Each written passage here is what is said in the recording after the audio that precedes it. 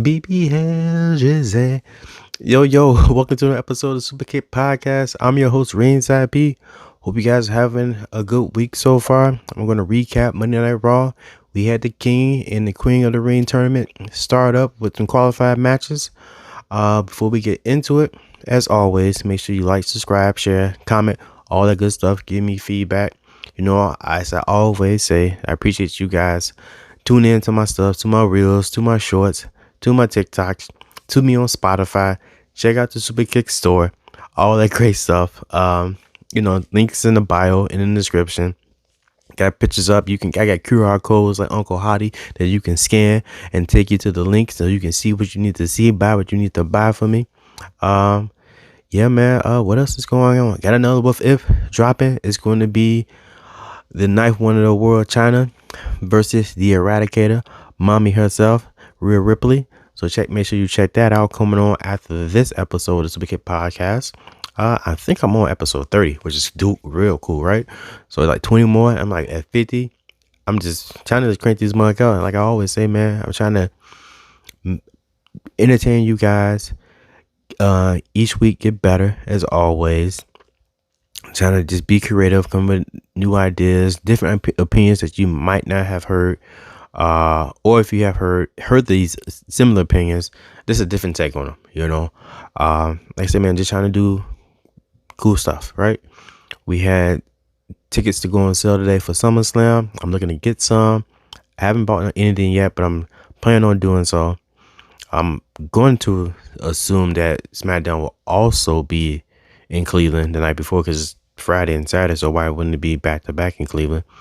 They also trying to have on location packages for WrestleMania 41. I haven't looked into that yet. I'm not sure if I'm going to do a package or whatever, but I definitely know I want to go to Vegas for WrestleMania 41. Not just for WrestleMania, but there's other stuff I want to do in Vegas. Some paranormal stuff that I want to go see, like this museum out there that I've been dying to go. And now I got extra motivational reason to even go out there to go check it out because WrestleMania is in town. So I missed out on some other events that I wanted to check out this past year when I was in Philly. So I'm definitely going to try to get it out there in Vegas early if I'm lucky enough to get out there and go. Get there early, go to the other events. I want to check out SmackDown. I want to check out the Raw after WrestleMania, so all that good stuff, you know. But, man, let's get into these qualified matches on Monday Night Raw. Monday Night Raw overall was a dope show. When I saw the card, I'm like, man, y'all got like 100 matches tonight. So that means it's going to be less downtime, less like people just interrupting the show or just random like promos or whatever. Y'all get into the matches. It's going to be, I don't know, man, just dopeness that I was, expecting. And for the most part, pretty much was, let me kick off tonight with Finn Balor and the Judgment Day coming out. Trying to show that everything is still good with the Judgment Day, even though we know that it's not good, right? But they trying to say that's all good. Drew McIntyre, he's injured, so he's not facing Finn Balor in the first round of the qualifying matches. So guess who's coming out to face him? You know who it is. They Mr. Yeet and Heimer himself, Jey Uso, main event. Jey Uso coming out, and I know he had to been riding the high from Backlash just with the crowd energy, right? So I just expected that just to carry on and carry over back into him coming back into the States, and then Monday Night Raw. And I'm thinking like, well, the crowd, we all saw what they did over in France, so we can't, be below that. We gotta have to make sure the energy is high. And they came out and it was like, he did the Yeet bounce a little bit and that was it. And it was like, yo, no, dude, you just had like 17,000 people going nuts in France. Like, where's the energy at? Like, you supposed to continue this on. And I feel like he let the energy die down, and also the crowd let the energy die down. But you supposed to control the crowd. Like, and so at that point, I'm like, yo, man, like, what's going on, man? You not yeeting like you supposed to yeet. And so the crowd ain't responding like they supposed to respond. So I was a little disappointed in that. And it's just like, yo, like, are we just spoiled here in the States as fans? Like, since we just see the superstars so often, well, we able to see them more than people overseas, the fans are overseas. So maybe we just don't appreciate what we see, because we get to see it so easily at times, And so it's like, man, like that's what's one of the reasons why I want to go to an overseas show, man. Like the energy over there is just crazy. It's like a WrestleMania or some big pay-per-view every time WWE goes into one of those spots. So like I said, man, I was a little disappointed. Like I said, I feel like maybe Jey Uso forgot to yeet like he's supposed to.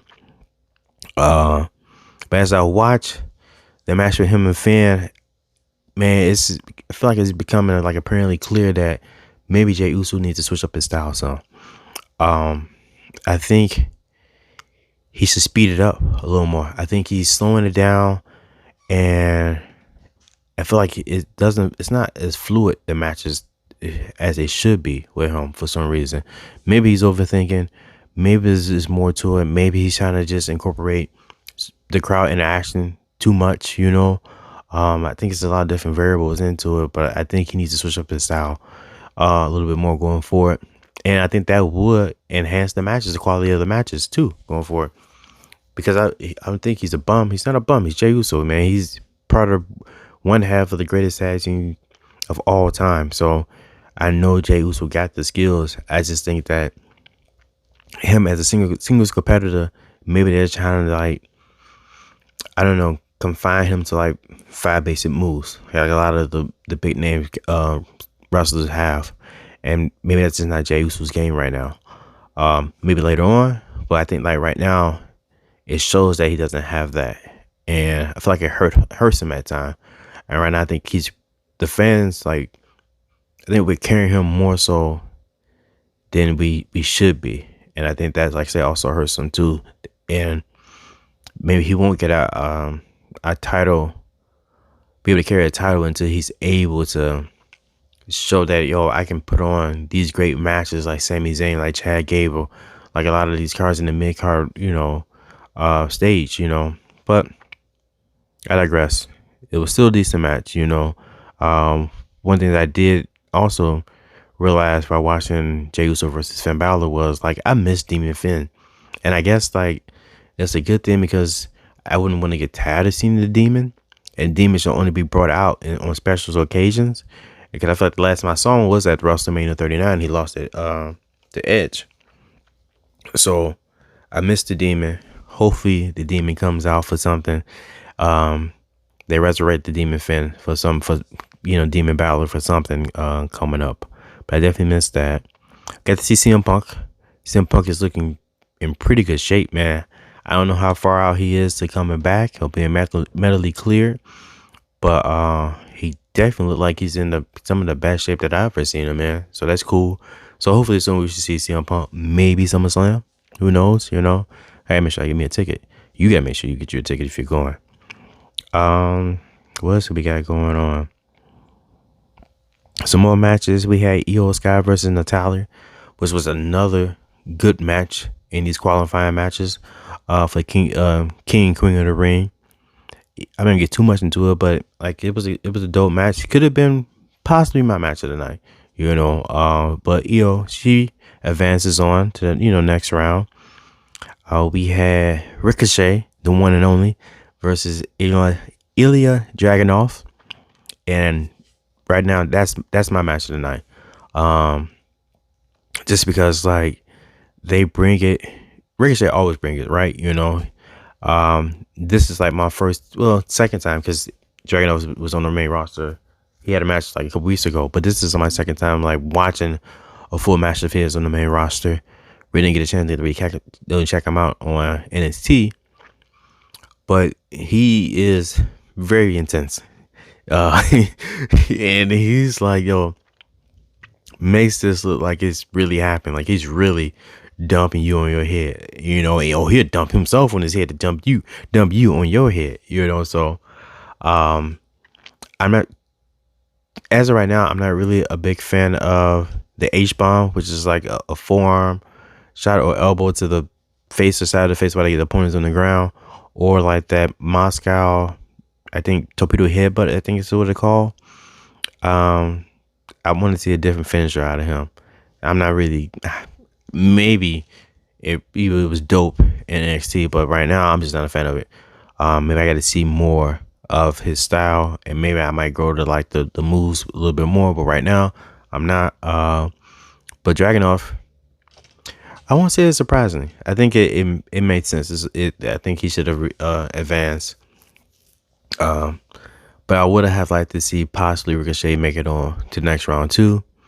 But Dragunov, he advances on to the next round, so that's cool. We get into what next is we had a match between Chad Gable, Bronson Reed, and that turned into chaos again because Sami Zayn came out. He was like, "Yo, last week y'all laid me flat out on the ground. You, Gable, and you, Bronson Reed. But me and Bronson Reed were trying to have a match. The Chad Gable kind of interfered. And Sami Zayn was like, you know what? No, man, all you catching these fists. Maybe fistments for everybody.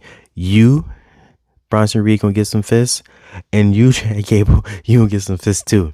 But Bronson Reed was like, nah, man, I'm big Bronson Reed. You give me fists for Christmas? No, it ain't even Christmas yet, baby. It's still May.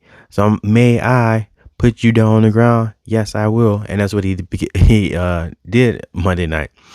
So now we're gonna have a triple threat for the Intercontinental Championship at King and Queen of the Ring. At the end of May, towards the end of May. I feel like there was a lot, but it really wasn't a lot going on this week. Mainly because it was all like King and Queen of the Ring matches. We got to see also Lyra Valkyria versus Dakota Kai in a qualifying match. And that's my first time seeing her also on the main roster too as well. And so that was a pretty solid match, I would say. And so she ended up advancing. Dakota Kai took the place of Asuka, who is apparently injured. But I think she kind of been injured for a minute. At least even probably before going into WrestleMania, she was just a real champ and pushed through it, for the good of everything else. Let's see what else we had. We had also Zoe Stark versus Ivy Now. Also another qualifying match. Don't want to bash the match too much. Maybe the lights might have been too bright or whatever. Maybe there was some mistakes. Maybe, stuff just wasn't communicated properly out there or whatever. But at the end of the night, Zoe Stark, she advances. I was disappointed because I wanted to see Kofi Kingston versus Rey Mysterio. And then we also had Shayna Baszler that's going to be against Selena Vega. And I don't know if they ran out of time or whatever the case would be, but those two matches got pushed over into weekend live event shows. And so, I don't know, man, I was a little bummed about that because I definitely Kofi Kingston and Rey Mysterio I wanted to see. Two of the all-time greats in the ring. And I just wanted to see them, go at it and see who's going to be the winner today. Because I was hoping it was going to be Kofi. And because Kofi had a little promo and, he wanted to revenge Xavier Woods for what Gunther did to him. Because we was hoping that Xavier Woods would be able to run it back again and be two-time king of the ring. But last week, Gunther decided to put a beating on Xavier. So it kind of took him out. So, we got that. So I was disappointed I didn't get to see Kofi and Rey Mysterio at the fight. But maybe, I don't know. Maybe I would assume they had some highlights this weekend from their two matchups. We also had Gunther versus Sheamus in another one of their epic matches that they always seem to have. They always put on, quote unquote, banger after banger after banger. They just have two great styles that match up with each other, and they really be chopping each other, putting marks on each other. They be laying the wood, man. Pause. It's crazy what they be doing out there. They be going at it, and you can tell they always intend to put on the best possible matches. They didn't ever when it's them two, when it's Sheamus and Gunther in the ring together, they don't phone it in. It ain't like an off night, they're going at it yo, it's WrestleMania, like it's a big, paper PLE, and it was the main event for Monday Night Raw. I was a little surprised, like, yo, they had this big match so early on in the tournament. Like I felt like that could have been a match for like the semifinals of the King of the Ring. And that would have been Gunther versus Sheamus, and then that person went on to the finals, afterwards. But it just seems like from now on, the path is pretty much clear for Gunther to win King of the Ring. Like I was feeling like Sheamus would have been his biggest obstacle in the tournament.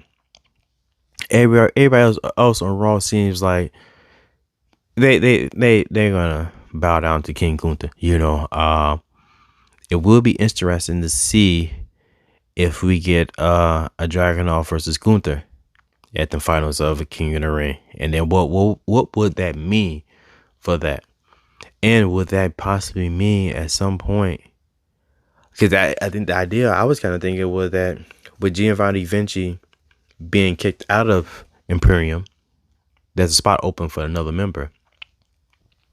You have another person who's from overseas in Dragunov. I was thinking that he was going to be that third member, and he might be that third member. I was thinking like something where like he would help Gunther advance to be the King of the Ring, to win the King of the Ring. Excuse me. So if we were to have a match between the two of them, they kind of put a hole in my joining Imperium soon. They say it can still happen, but who knows? What else kind of do we point out? We also would have Becky versus Liv at King and Queen of the Ring, PLE. And we're still getting little tidbits of there's something brewing between Liv Morgan and Dominic Mysterio while Rhea Ripley is going. Dirty Dom is out here being dirty. He's wilding out. There's a picture with Liv with what appears to be Dominic Mysterio's bandana in her pocket, stuffed in there. But you see like this little tip of it. And I really like I say, you really have to pay attention to everything. You have to be on the lookout on when you watching Monday Night Raw or Smackdown. You have to like watch everything, not just if they're doing a interview in the back. You got to see what's going on behind them, because you might see two wrestlers having an interchange or something, or walking together or having a combo together. It's always something. I feel like it's always something going on in the background, and so it's like, even when that's like there's two people having an interview, I'm looking out. Now I'm scanning the whole setting, the whole scene, to make sure that I'm not missing anything that I should have saw. We got another QR code, so that's another thing where like, dude, I can't even go pee.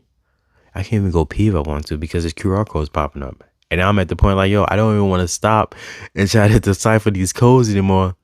Everyone else on the internet does it way better than I do, and they're way faster at getting it uploaded. So it's like, you know what? You guys got it. You guys decipher this message. I'll just watch your upload and I'll comment about it, And now it's just like, well, I was anticipating or hoping that we were going to see Uncle Hardy and whatever this QR code, this family, this whatever it seems to be, these people that we've forgotten about at Backlash.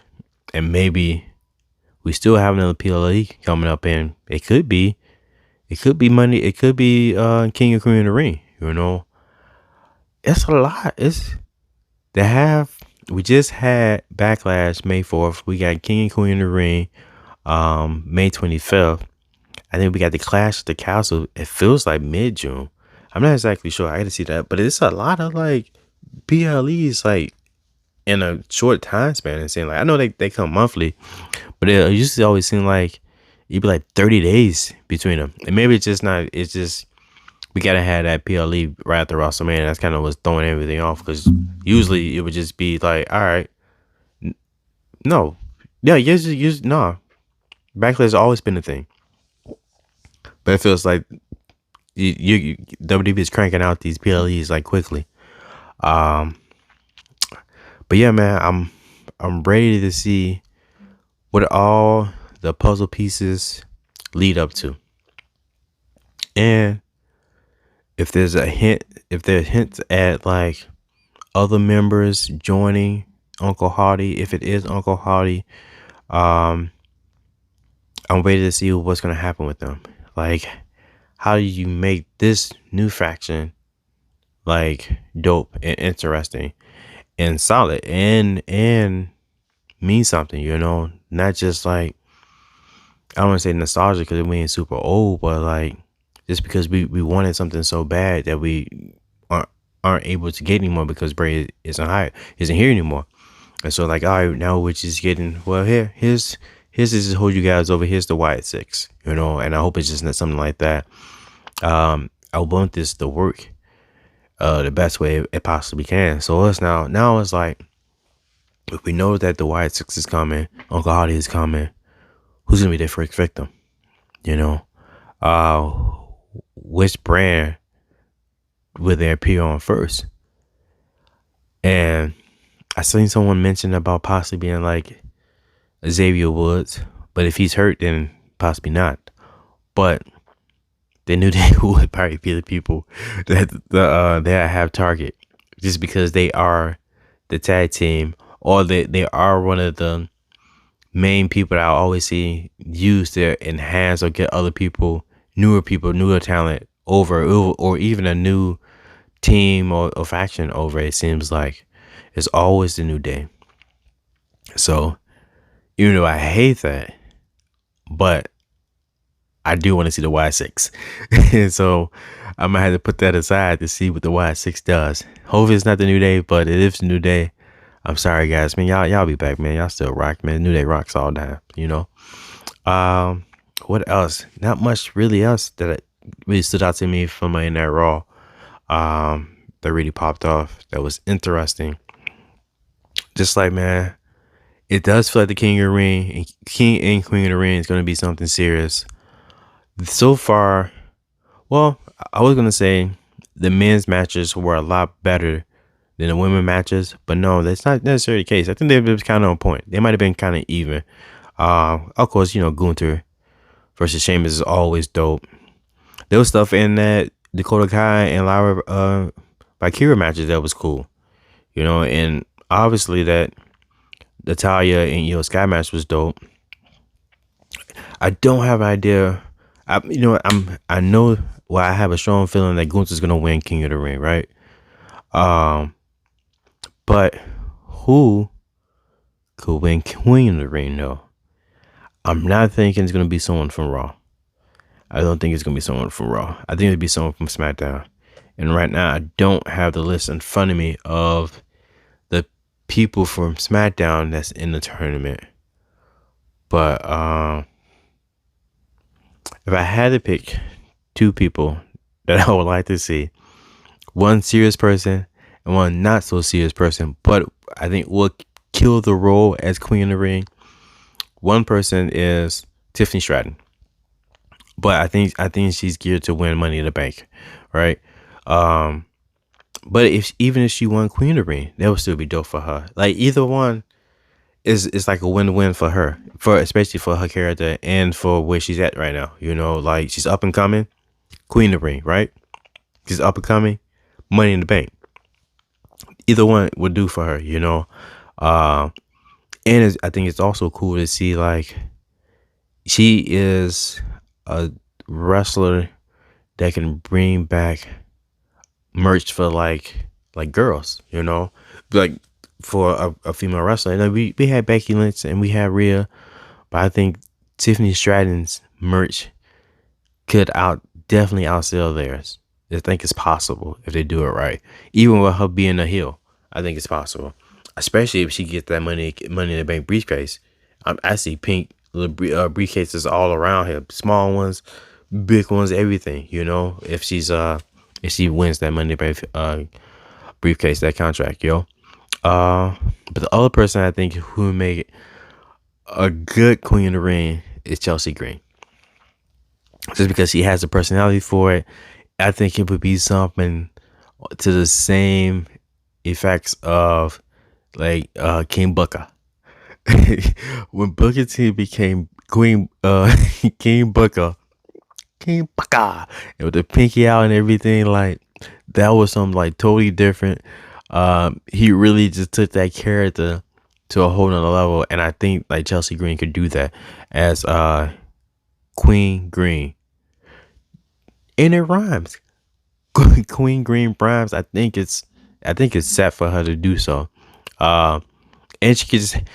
It doesn't even have to be flat out like, yo, she wins clean. She just wins dirty all the matches. Like I think if you look at the Raw roster so far on the women's side,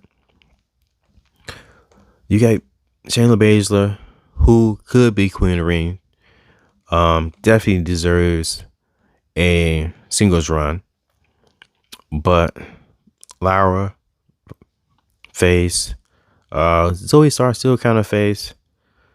Io's the only one that's kind of a heel over there. And because I think Shayna and Zelina Vega are still like faces in a way. So only heel is there. It could be Io nah. It could be maybe Lyra making it to the finals and losing to Chelsea Green. And Chelsea Green becoming Queen of the Ring. But I don't know, man. Who do you guys think? Who do you guys think is going to win King of the Ring? Who do you guys think is going to win Queen of the Ring?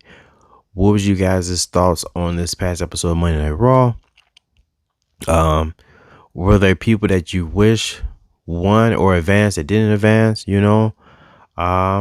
Or did you like the people that did advance? Let me know. As always, comment below. I'll check you guys. Like I say, stay here. Don't go nowhere, man. Stay here. Watch this. What If Wednesdays between China and Rhea Ripley is dope. I am tell you who won. You gotta find out who's the winner, but I think it's dope. Let me know people that you want to see matched up, dream matches or storylines, people's storylines from the past that you wish that would have turned out a little bit different. You know, let me know. What else I got, man? I'm also gonna be on Table, Ladders, and Bumps. You can check me out there. We're trying to do some different things. As always, everywhere I go, I want to do something different, right?